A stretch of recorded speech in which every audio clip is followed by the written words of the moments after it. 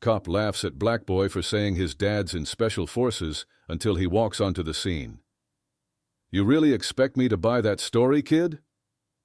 The officer's laugh was sharp and dripping with sarcasm as he towered over Malik, tightening his grip around the boy's wrist. The flashing lights from the squad car splashed red and blue streaks across the quiet suburban street, adding tension to the humid evening air. Curtains shifted as neighbors peered through their windows, their whispers swallowed by the steady hum of the idling cruiser. Malik stood firm, lifting his chin with quiet defiance. My dad's special forces. He'll be here any minute. The cop shook his head, letting out a scoff. Right. Sure he is. But what the officer didn't know was that in less than 60 seconds, his smirk would vanish, his posture would falter, and the man stepping out of the next vehicle would make him regret every single word. Malik had heard it all before. You don't belong around here. Where'd you get that bike? But today felt different. He'd just finished basketball practice, riding home like any other afternoon when the patrol car rolled up beside him. Another accusation. Another assumption. Supposedly he fit the description of a suspect they were looking for. Malik did what his dad had drilled into him for years. Stay calm, answer respectfully, don't give them a reason. But when the officer mocked him for mentioning his father, something inside Malik cracked. His dad wasn't just some guy in uniform. He was the kind of soldier who moved quietly until it was time not to. As the cop's radio crackled, he reached for his handcuffs. All right, let's take a little ride downtown. We'll sort this out there. Malik's stomach twisted. He knew exactly what that meant. Suddenly, tires screeched. A black SUV swung into the street, coming to an abrupt stop just behind the police cruiser. The officer instinctively stepped back, his hand drifting toward his holster. The SUV door flew open. Heavy boots landed hard on the pavement, each step deliberate and commanding. A tall, broad-shouldered man emerged, every muscle in his frame tense with purpose, eyes fixed on the scene unfolding in front of him. Malik let out a shaky breath. Dad. The officer blinked, hesitating as the man approached.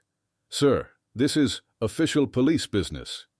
Your business seems to be harassing my son, the man replied, his voice low, measured, but with an unmistakable edge of authority that cut through the air like a blade.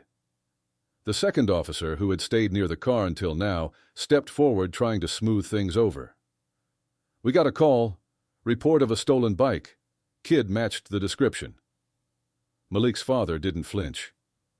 Description? He echoed, pulling out his military ID and holding it up for both officers to see. You want to run mine too? The first officer's face lost its color, the insignia, the rank. It was clear now this wasn't someone to play games with. For a moment, the entire block felt like it froze. The lead cop swallowed hard. Look, we were just what? Malik's dad interrupted, stepping closer, voice icy. Teaching my son another lesson about what the world thinks of him?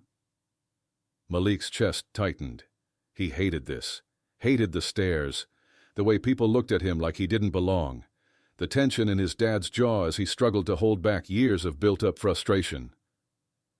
The officer lifted his hand slightly. There's no need for this to escalate. You're right, Malik's father said, his tone still cold. So take the cuffs off. Now. With stiff, hesitant fingers, the officer obeyed. As the patrol car finally pulled away, Malik's knees almost buckled. His dad placed a steady hand on his shoulder. You all right?